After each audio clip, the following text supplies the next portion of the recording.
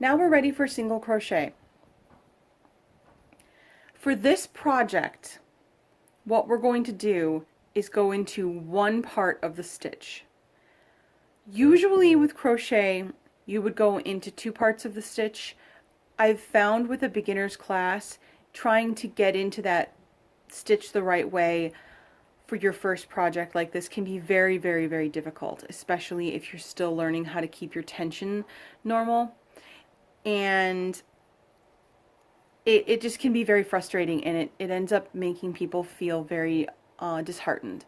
So for this, we're going to go in the easy way. This is the way I did my first few projects after I got very frustrated trying to do larger projects and go into these foundation chains. So what we're going to do is we're going to chain one more. I know, we already counted, but we have to skip the first stitch on our hook. So now chain one more. And see, there's three parts to the stitch. I'll get it real close. Hopefully you'll be able to see very easily. There's 1, 2, 3. If you straighten out your chain in your hand, you should be able to see basically what looks like a bunch of little V's. And you want to just pick a side and go into it. I tend to go into whatever's sitting on top. It's just easier for me. So go into one part of the V. Now you've got 2 loops on your hook. Anchor it just like you did when you were doing the chain. Going under your yarn with your hook, you pull it through just the chain that you went through. There's now, again, 2 loops on your hook. Go under your yarn and pull through both. There's one chain, or one stitch on your hook, one loop on your hook. You go in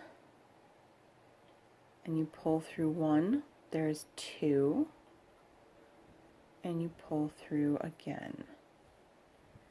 This is single crochet. Don't worry if things are looking a little loopy. Just like I said with the chain stitch, once you've washed with this washcloth a few times, once it's gotten wet and dried a few times, and you've laid it flat, all of the loopiness will work out. Going through the next stitch. This is why it's imperative to have kept your stitches a bit loose when you were doing the foundation chain.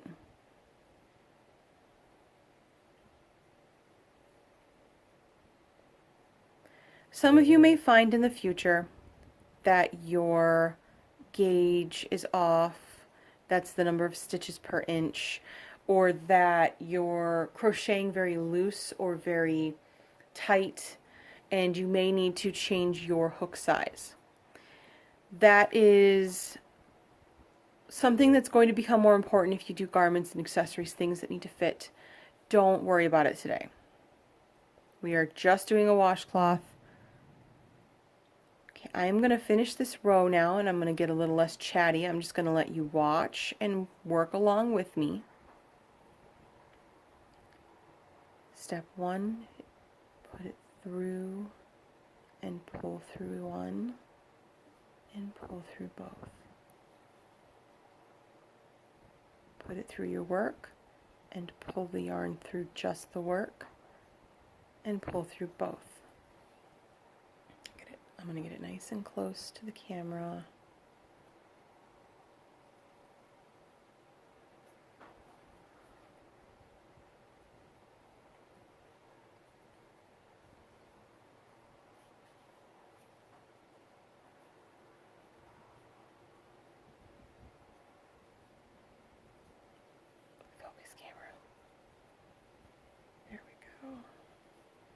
Camera's having a little bit of trouble with the movement because I'm so close to the camera right now.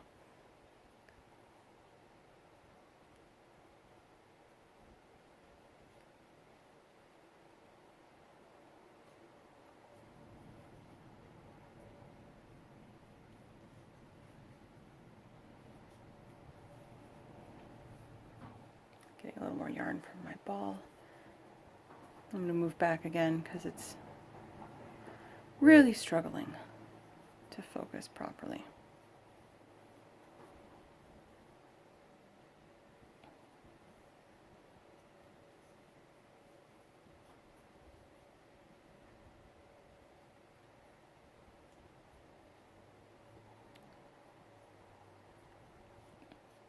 Now, before we go to turn and work the other way, you should probably stop and count your stitches.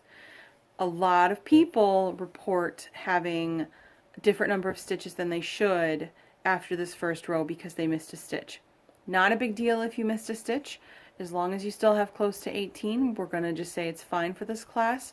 This is a beginner class and there are going to be mistakes. So let's count.